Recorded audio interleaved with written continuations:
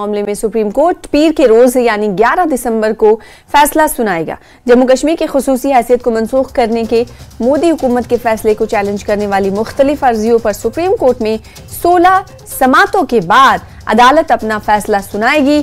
5 सितंबर को इस केस की समाअत मुकम्मल हुई थी और अदालत ने फैसला महफूज रख लिया था। अर्जी गुजारों ने जम्मू कश्मीर तंजीम-ए-नौ कानून को भी चैलेंज किया है। उसके तहत रियासत जम्मू कश्मीर को जम्मू कश्मीर और लद्दाख यूटीज में तकसीम किया गया था। अर्जी गुजारों में नेशनल कॉन्फ्रेंस और दीगर तंजीमों और शख्सियात शामिल हैं। वाज़ेह है कि चीफ जस्टिस ऑफ इंडिया की सरबराही में 5 जजों की आईनी बेंच ने इस मामले की सुनवाई की और अब उनके फैसले का सबको इंतजार है।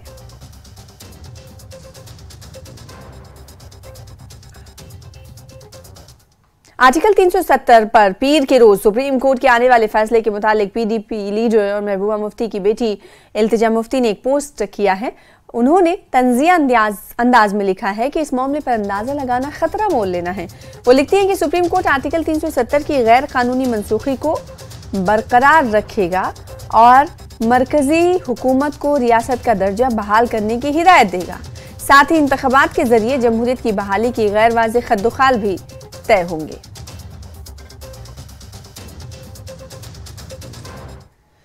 वहीं senior BJP leader Kavinder Gupta ने इल्तिजा मुफ्ती की पोस्ट पर कहा है कि उनकी बातों से मायूसी झलकती है। कविंदर गुप्ता ने मजीद कहा कि सुप्रीम कोर्ट का इस मामले पर जो भी फैसला होगा वो सबको कबूल होगा।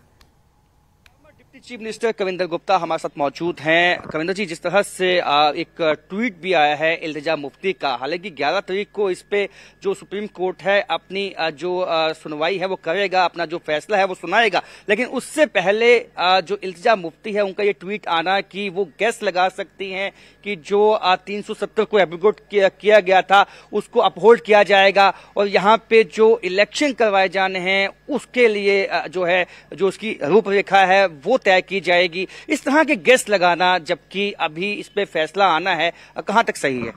देखिए, जहां तक ये फैसला आने का अनुमान है कि 11 तारीख को ये फैसला आ रहा है। भारतीय न्याय व्यवस्था पर हमें विश्वास है। जिस प्रकार का भी फैसला होगा वो मान्य सभी को होना चाहिए। जहां तक धारा 370 का सवाल है, इसने जम्मू कश्मीर के लोगों को अपने अधिकारों से वंचित रखा, चाहे वो वेस्ट पाकिस्तान रेफ्यूजीज हों, चाहे वो वाल्मीकि समाज हो, गोरखा समाज हो और बहुत से ऐसे लोग हैं। तो कुल मिलाकर के उसको तोड़ करके भारतीय जनता पार्टी की सरकार ने अधिकार दिए थे। उसके बाद जो याचिकाएं समय समय पर आती रही, उन्होंने उसके खिलाफ है। जो वर्डिक्ट आएगा वो हमें मान्य होगा। माननीय सुप्रीम कोर्ट भी समझता है कि संविधानिक व्यवस्था के अनुसार सभी को अधिकार मिलने चाहिए।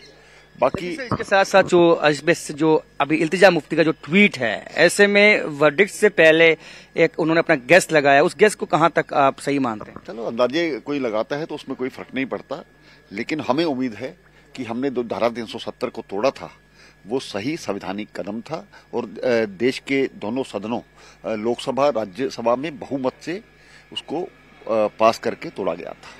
लोगों को गुमराह करने की कोशिश आप समझ सकते हैं कि इससे पहले? देखिए, फ्रस्ट्रेशन तो स्वाभाविक बात है कि रहेगी। इस 370 की आड़ में जम्मू कश्मीर के लोगों को बहुत से अधिकारों से वंचित रखा गया और ये पॉलिटिकल दुकानदारी इसी के तहत चलाते रहे। ना तो इसका कोई औचित्य है। ये जो गलतियां की गई हैं उनको सुधारना बहुत जरूरी था। ये जो गलतियां की गई थी 370 को लागू करके उसको सुधारना बहुत ही अहम था और इस तरह का गैस, हालांकि वो उनकी फ्रस्ट्रेशन को बताता है कि जो उनकी पॉलिटिकल दुकान थी वो इसी से चलती थी और अब वो बंद होगी। तो इस पे जो है कविंदर गुप्ता जो फॉर्मर डिप्टी सीएम है उन्होंने अपना जो अमल है वो रखा है, रद्द अमल रखा है। कैमरामैन नवाइन दत्त के साथ राजेंद्र वैद, न्यूज़ 18 जम्मू। थे कि दफा 370 के हवाले से सुप्रीम कोर्ट का फैसला 11 दिसंबर को आने वाला है, लिहाजा इस पर जो सियासी प्रतिक्रियाएं हैं, सियासी रद्दमल है वो आना शुरू हो चुके हैं। अगर कांग्रेस की बात करें तो कांग्रेस की तरफ से भी रद्दमल का इजहार किया गया है। तो वहीं दफा 370 की मनसूखी मामले और इल्तिजा मुफ्ती की पोस्ट पर जम्मू कश्मीर कांग्रेस के चीफ तर्जुमान रविंद्र शर्मा का कहना है कि सुप्रीम कोर्ट कोई फैसला मुतमईन या गैर मुतमईन करने के लिए नहीं सुनाता, अदालत आईन के मुताबिक फैसला सुनाती है। रविंद्र शर्मा ने कहा कि उन्हें अदालत के आने वाले फैसले से उम्मीद है। पार्टी के chief spokes person Ravindra Sharma हमारे साथ मौजूद है। 11 तारीख को वर्डिक्ट जो है वो 370 पे आने वाला है सुप्रीम कोर्ट में। आप सबसे पहले उसको आपको क्या उम्मीदें हैं, और जिस तरह से इल्तिजा मुफ्ती ने ट्वीट किया है और गेस किया है, उस पर आपका क्या रिएक्शन है?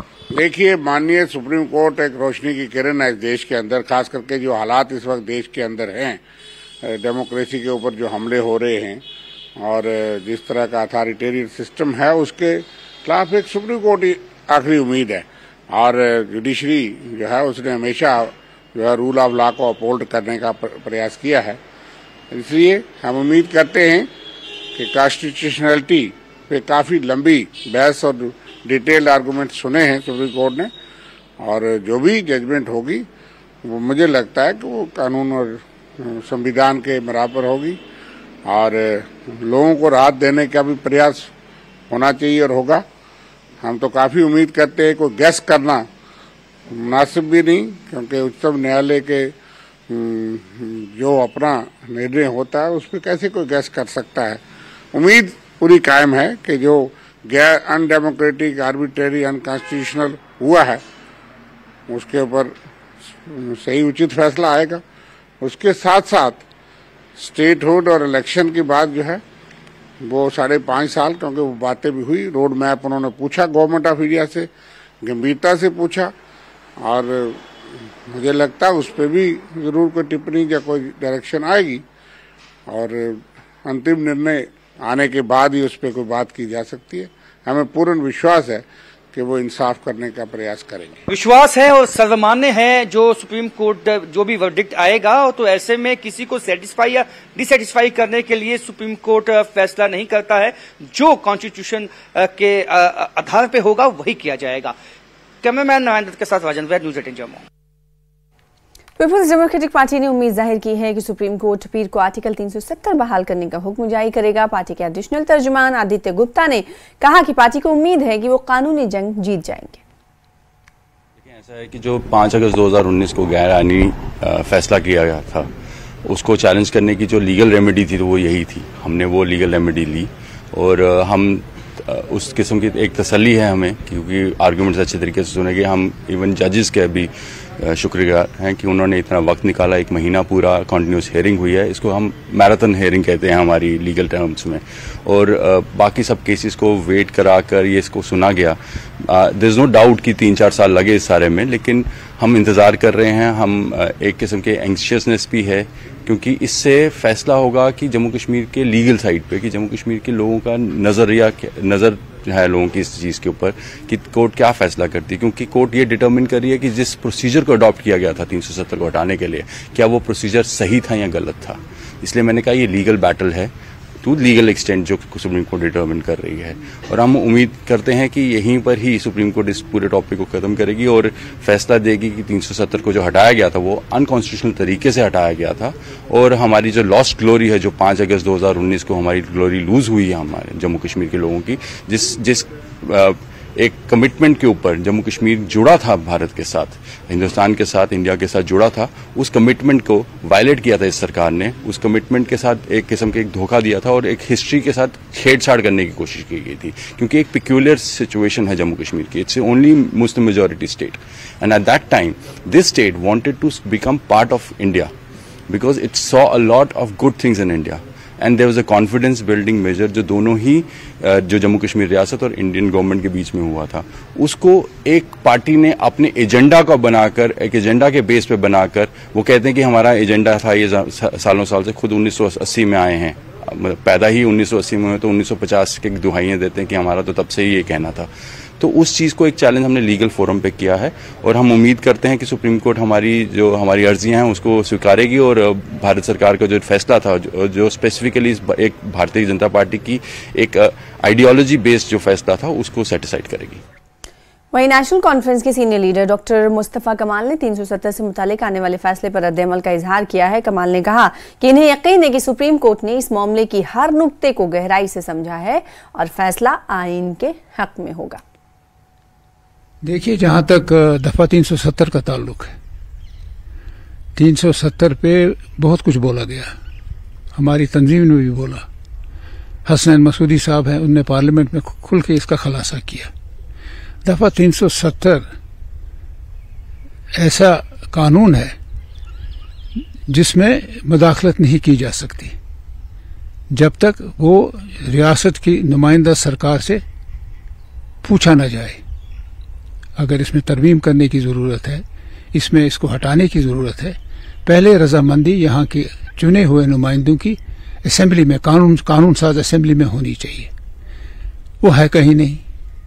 10 साल से इलेक्शन नहीं हो रहे हैं, 6 साल अब हो गए, हमारा नुमाइंदा कोई नहीं। अब ये जो इन्होंने वो म्यूनसिपैलिटीज़ बनाई और बाकी इदारे बनाए ग्रामीण सतह के, उनकी मियाद भी ख़त्म हो रही है। ये मनमानियाँ कर रहे हैं, जो इनके दिल में आता है वो कर रहे हैं। हत्ता कि सरल सा मामला है। अगर दफ़ा 370 पिछले 70 साल से है और माननीय जो होम मिनिस्टर हैं वो तो इस पे ऐसा कह रहे हैं कि ये तो टोटली गलत था, तो 70 साल से ये कहाँ थे? 70 साल से इसके बारे में आवाज़ क्यों नहीं उठाई? जम्मू कश्मीर के लोगों को, जम्मू कश्मीर के आईन जो है उसको ज़मीन बोस करने के बाद ये अपनी छाती फुलाने आए हैं, अपने आप को बड़ा समझते हैं। इन्होंने तो हस्तक्षेप किया है आईन और कानून जो है, हमारा देश का आईन और कानून है, उसकी हत्या की है। हमारा तो जो आईन किसी भी जगह किसी भी सूरत में मौजूद नहीं है। ये धोखा है आईन के साथ। जिस आईन की हल्फ बर्दारी जो है, ओथ जो है, हर एक लेता है, जो पार्लियामेंट का मेंबर हो या असेंबली का मेंबर हो। इसका आदर करना, अगर कोई तरमीम करनी थी इसमें, अवामी नुमाइंदी सरकार मौका देना चाहिए जम्मू कश्मीर के लोगों को अपने नुमाइंदे चुनने का, और फिर ये बात आगे चलती। ये इस तरीके से किया है कि आम आदमी जो है वो समझेगा ये बहुत तीर मारा है। एक हिसाब से इन्होंने हमारे देश जो है, हिंदुस्तान के सीने में छुरी घोंपी है। नेशनल कॉन्फ्रेंस के रुकने पार्लियामेंट हसनैन मसूदी ने कहा कि आर्टिकल 370 को हटाना गैर आईनी था। मसूदी ने कहा कि उनके वकला ने अपने दलाल बहुत अच्छे तरीके से पेश किए हैं, उन्हें उम्मीद है कि फैसला उनके हक में आएगा। के फैसले हुए तो पहले दिन ही हमें इत्मीनान था ये सारा कुछ का आईन को रोक कर किया जा रहा है, आईन को दरकिनार करके किया जाता है। तो हमारे पास एक विकल्प था, एक ऑप्शन था। बाकी जो भी और ऑप्शन थे तो उनमें सबसे बड़ा ऑप्शन था कि जब कोई चीज़ बेरहना तौर पर आईन का जो उसकी उल्लंघन करके उसको रोक कर किया जाए तो सबसे पहले हमारा रुख करना चाहिए जो टॉप कॉन्स्टिट्यूशनल कोर्ट है। तो हमने बिल्कुल दलाइल दे दिए, वो दलाइल दिए थे जो कन्विंसिंग थे दलाइल, उसमें वजूहत हमने जाहिर की, ग्राउंड्स हमने अर्ज किए, और उसी ग्राउंड्स की बुनियाद पर सुप्रीम कोर्ट ने इसको बाज़ाब्ता एक समाअत के लिए दाखिल किया, और समाअत के लिए नहीं बल्कि कॉन्स्टिट्यूशन 5 जज के, और जैसे कि आप जानते हैं कॉन्स्टिट्यूशनल बेंच को भेजा। तो उसके बाद हमने जो दलाइल पेश किए, जो हमारे हुक्ला ने बड़े पैशन के साथ, जज्बे के साथ, बिल्कुल आप खुद उसमें आप देख रहे थे, मुशाहिदा कर रहे थे, कवर भी कर रहे थे, तो उन सब को मिला के जो भी हमारे दलाइल रहे हैं, ग्राउंड्स रहे हैं, फिर जिस तरीके से को आर्ग्यू किया गया, पेश किया गया, तो हमें पूरी उम्मीद है कि इंसाफ हमें होगा। तो इंसाफ की जब उम्मीद है तो इसीलिए सुप्रीम का रुख किया ना। ये सॉवरेंटी जो जब एक्सटेंशन हुआ तो सॉवरेंटी सारी सरेंडर नहीं हुई, एक एक्सटर्नल डायमेंशंस होते हैं और इंटरनल डायमेंशंस होते हैं। जैसे हमने जो इलाक़ किया था वो डिफेंस पर, हमारा फॉरेन अफेयर्स पर और कम्युनिकेशन पर हुआ था। बाकी सारे यही 370 के बाकी सारे मामले जो है जम्मू कश्मीर को आइन के तहत दिए गए कि जम्मू कश्मीर असम्बली का इन पर इख्तियार होगा, माँ सिवाय इन 3 की। तो इसको कहते हैं एक्सटर्नल सॉवरेंटी। और इंटरनल जो वाज़े किया गोपाल सुब्रमण्यम ने और फिर राजीव धवन ने, तो जो दलाइल दी है आप देखेंगे, जब हमारे दलाइल का आप मुशाहिदा करेंगे, क्योंकि अब ऑनलाइन है, अब सब यूट्यूब पर मौजूद है, तो कोई कन्विंसिंग जवाब दे नहीं पाए सरकारी वकला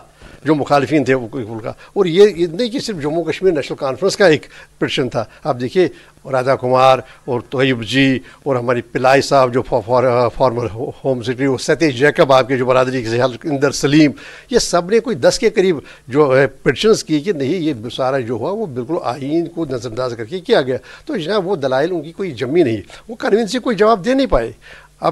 अब जो जम्मू कश्मीर को दिया गया था खुसूसी दर्जा, वो एक पस मंज़र में था, क्योंकि जम्मू कश्मीर जो पार्टीशन की गाइडलाइंस थी उसके मुताबिक जम्मू कश्मीर को जाना चाहिए था पाकिस्तान के साथ, जहाँ का आबादी का तनासुब है, मज़हब क्या है। लेकिन उसके बरक्स भी हम यहाँ की तरफ आ गए। क्यों? कि यहाँ पर हमें कहा गया कि आपकी शनाख्त का एहतराम किया जाएगा और यहाँ पर एक सेकुलर सोशलिस्ट एक डेमोक्रेटिक सेटअप होगा, रिपब्लिकन सेटअप होगा, यहाँ पर आवाम की सरदारी होगी। तो वो भरोसा करके हमने यहाँ का रुख किया। तो लगातार नेशनल कॉन्फ्रेंस के मुख्तलिफ लीडरों की तरफ से इजहार ख्याल किया जा रहा है। जम्मू कश्मीर नेशनल कॉन्फ्रेंस ने एक बार फिर से उम्मीद जाहिर की है कि सुप्रीम कोर्ट आर्टिकल 370 को बहाल करेगा। पार्टी के सूबाई सदर रतन लाल गुप्ता ने कहा है कि उनके वकीला ने दलाल मजबूत किए हैं और सुप्रीम कोर्ट उनके हक में फैसला सुनाएगी। 370 पर सुप्रीम कोर्ट का फैसला आने वाला है मंडे को, क्या उम्मीदें हैं कि इस तरह का फैसला हो सकता है? मैं समझता हूं कि वो घड़ी जिसका जम्मू कश्मीर के लोगों को बड़ी बेसब्री से इंतजार था, वो अब आ गई है। हम तो उसका स्वागत करते हैं और पूरी उम्मीद है कि हमें पूरा इंसाफ मिलेगा। ऑनरेबल सुप्रीम कोर्ट के आगे जो हमारे एडवोकेट साहिबान ने दलीलें दी हैं, मैं समझता हूं कि ये फैसला पूरा हमारे जो इंसाफ है वो हमें मिलेगा। उधर बीजेपी के राज्यसभा मेंबर गुलाम अली खटाना ने कहा है कि क्या सिर्फ नेशनल कॉन्फ्रेंस ही आईन जानती है? बीजेपी मुल्क की एकता, सालमियत और तरक्की का विजन रखती है। उनका कहना है कि सुप्रीम कोर्ट का जो भी फैसला आएगा वो उनको कबूल होगा। भारत के कानून को, कॉन्स्टिट्यूशन को सिर्फ नेशनल कॉन्फ्रेंस ही जानती है। भारत के हित में, नेशनल इंटरेस्ट में और देश को यूनाइटेड रखने में, देश के लोगों की तरक्की के लिए और एक देश को विश्व गुरु बनाने में भारतीय जनता पार्टी विजन रखती है। बाकी सुप्रीम कोर्ट का जो भी फैसला आएगा हम हमारे सिर बात है।